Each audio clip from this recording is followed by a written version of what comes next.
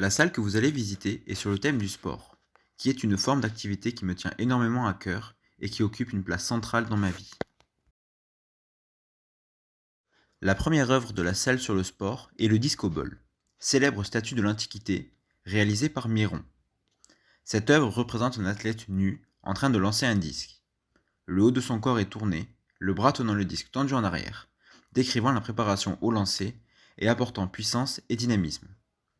Il n'y a aucune fioriture, la statue est très bien réalisée et apporte une représentation fidèle de l'athlète en action.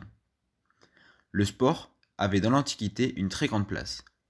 C'est à cette époque que cette pratique s'est répandue. C'est également pendant la Grèce antique, au 5e siècle après Jésus-Christ, que la notion d'Olympiade, puis de Jeux olympiques, a été instaurée.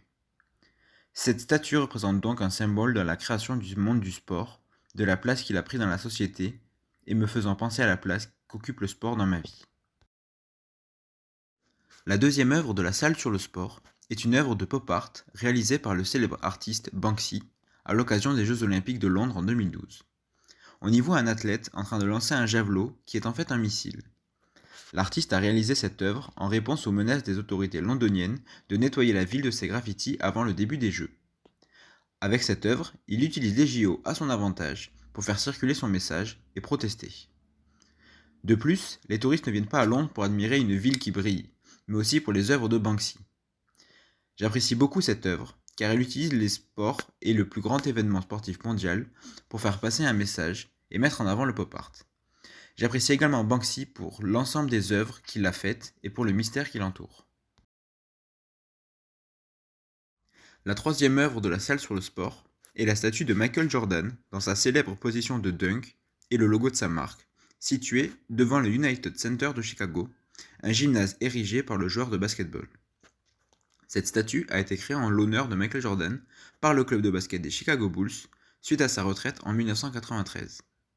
Elle a été sculptée par le couple Omri Amrani et Julie Rothblatt Amrani. Cette statue a été inaugurée le 1er novembre 1994, en même temps que son célèbre numéro 23 fut retiré de la liste des numéros de l'équipe des Bulls.